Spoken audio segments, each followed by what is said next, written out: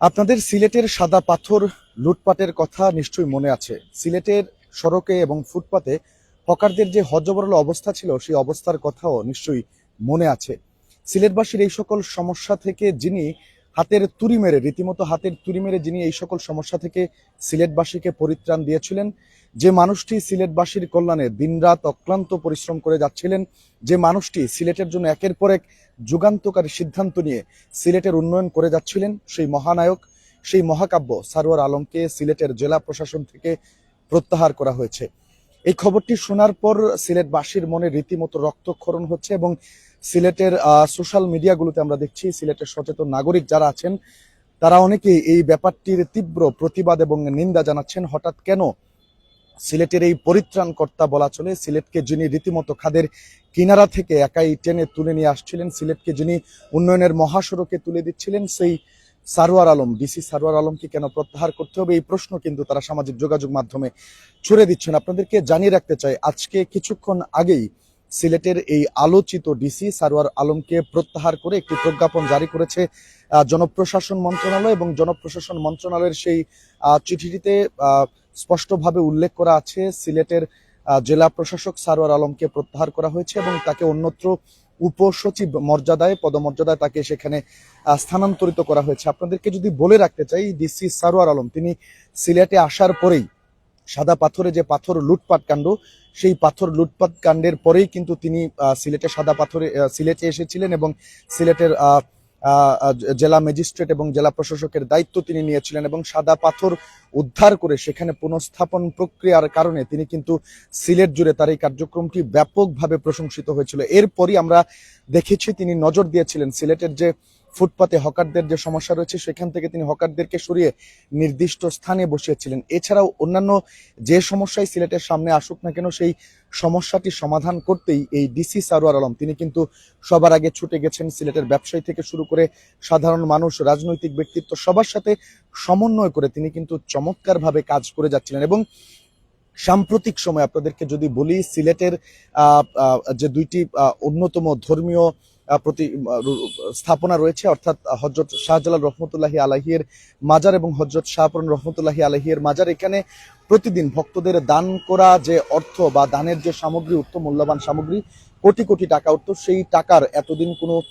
স্বচ্ছ জবাবদিহিতা বা স্বচ্ছ হিসাব বা আয়বের কোনো হিসাব ছিল না। তাই ডিসি সারোয়ার আলম সেই ব্যাপারটি তিনি তার নজরে আসে এবং তিনি সেখানে নড়ে চড়ে বসেন এবং জেলা প্রশাসনের হস্তক্ষেপে সেখানে নতুন দান বাক্স স্থাপন করা হয়েছে, সিসিটিভি ক্যামেরা বসানো হয়েছে। এই দানের টাকার যাতে একটি স্পষ্ট হিসাব বা আয়বের একটি স্বচ্ছতা থাকে এবং এই টাকাটি যাতে মাজার উন্নয়নের কাজে লাগে, অন্য কারো পকেটে না যায়, সে ব্যাপারে কিন্তু তিনি জোরালো পদক্ষেপ নিয়েছিলেন। এই ঘটনার ঠিক পরেই কিন্তু সিলেটের জেলা প্রশাসক, এই আলোচিত জেলা প্রশাসক যিনি সিলেটকে সামনে থেকে নেতৃত্ব দিয়ে আসছিলেন, সিলেটের উন্নয়নে দিনরাত কাজ করে যাচ্ছিলেন, সেই জেলা প্রশাসক সারোয়ার আলমকে কিন্তু প্রত্যাহার করা হয়েছে। আমি যদি আপনাদেরকে বলি, আজকে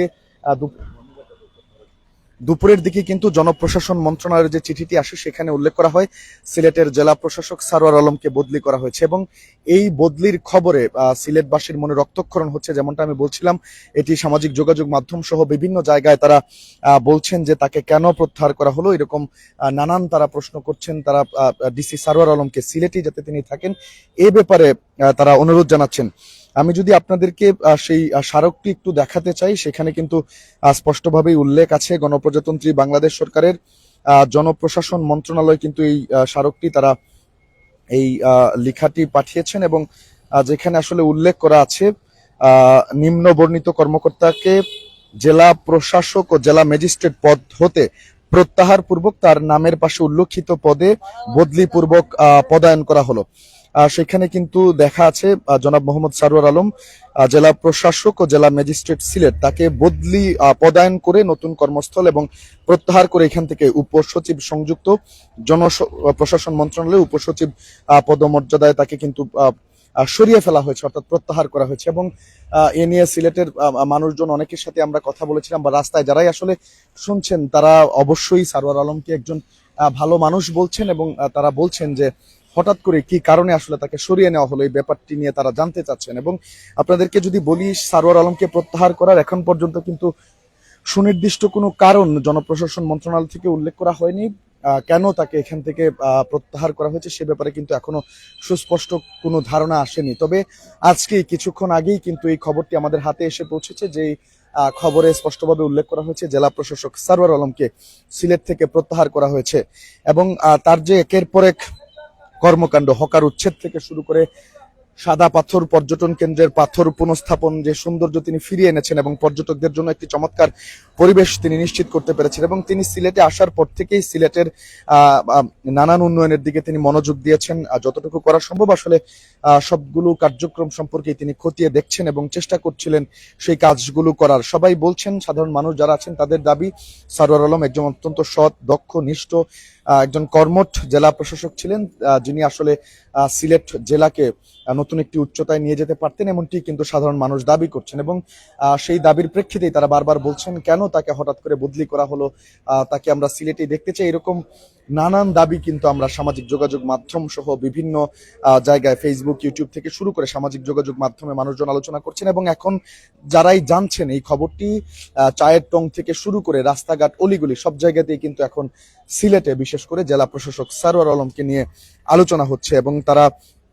বিশেষ করে প্রবাসী অধ্যুষিত এই সিলেট প্রবাসীদের কল্যাণেও তিনি নানান ভূমিকা রেখেছেন এবং যে সকল সমস্যাই হোক না কেন সেটির তাৎক্ষণিক সমাধান দেওয়ার জন্য সারওয়ার আলম কিন্তু ব্যাপক প্রশংসিত ছিলেন সিলেটে। এর আগেও তিনি জেলা ম্যাজিস্ট্রেট হিসেবে দায়িত্ব পালন করেছেন, ভোক্তা অধিকারে দায়িত্ব পালন করেছেন। তখন অর্থাৎ বিগত সরকারের আমলেও কিন্তু তিনি তার কর্মকাণ্ডের জন্য ব্যাপক প্রশংসিত ছিলেন এবং পুরো দেশ জুড়েই আলোচনার কেন্দ্রবিন্দুতে ছিলেন এবং সিলেটে আসার পরে যে ব্যাপারটি আমরা দেখছি, অর্থাৎ এই সারওয়ার আলম যেখানেই যান সেখানেই যেন আলোচনার কেন্দ্রবিন্দুতে পরিণত হন এবং সিলেটে আসার পরেই তার একের পর এক অপরাধীদের বিরুদ্ধে কঠোর হুঁশিয়ারি, তার একের পর এক কার্যক্রম সবকিছু মিলিয়ে এবং তার যে যুগান্তকারী সব পদক্ষেপ সবকিছু মিলিয়ে তিনি কিন্তু আলোচনার কেন্দ্রবিন্দুতে ছিলেন। সিলেটে তিনি যোগদান করার পর থেকে এখন পর্যন্ত যতদিন দায়িত্ব পালন করেছেন, একটা বড় নজর, সাধারণ মানুষের একটা বড় নজর কিন্তু সারওয়ার আলমের দিকেই ছিল এবং তারা তার কার্যক্রমে ব্যাপক প্রশংসা করেছেন তার, এবং এমনই আসলে হওয়া উচিত একজন জেলা ম্যাজিস্ট্রেট এবং জেলা প্রশাসককে, এমনটি কিন্তু মানুষজন বলেছেন। অর্থাৎ পুরো সময়টা জুড়েই সিলেটে তার যে সংক্ষিপ্ত সময়, পুরোটা সময় জুড়েই কিন্তু তিনি আলোচনার কেন্দ্রবিন্দুতে ছিলেন এবং তার কার্যক্রম দিয়ে তিনি সাধারণ মানুষের মধ্যে ব্যাপক প্রশংসিত হয়ে আসছিলেন। তবে এবার কিন্তু তিনি সেই কাজ করার আর সিলেটে বিশেষ করে সুযোগ পাচ্ছেন না। প্রবাসী অধ্যুষিত এই সিলেটের যে উন্নয়নের রূপরেখা তিনি জনগণের সামনে তুলে ধরেছিলেন, যেভাবে তিনি কাজ করে যাচ্ছিলেন একজন সরকারের কর্মকর্তা হিসেবে, সেটি আসলে প্রশংসার দাবিদার, এমনটাই কিন্তু সাধারণ মানুষ দাবি করছেন এবং এই এরকম একজন মানুষকে, সৎ, দক্ষ এবং কর্মনিষ্ঠ মানুষকে সিলেটের জন্য আসলে খুবই দরকার ছিল বলে তারা মনে করছেন। তাই তারা তার বদলির খবরে সিলেট জুড়েই রীতিমতো এখনো নতুন করে এই জেলা প্রশাসক, সিলেটের জেলা প্রশাসক এবং জেলা ম্যাজিস্ট্রেট সারওয়ার আলম তিনি কিন্তু আলোচনায় রয়েছেন। তার আরো বেশ কিছু কর্মসূচি ছিল, তিনি বৃক্ষরোপণ থেকে শুরু করে সিলেটকে নান্দনিক করার জন্য আরো যে সকল উদ্যোগ নেওয়ার কথা ছিল সেগুলোর দিকে মনোনিবেশ করবেন বলে তিনি কিন্তু প্রত্যয় ব্যক্ত করেছিলেন। এছাড়াও আপনাদেরকে বলতে চাই, শাহজালাল মাজারে যে দান বাক্সে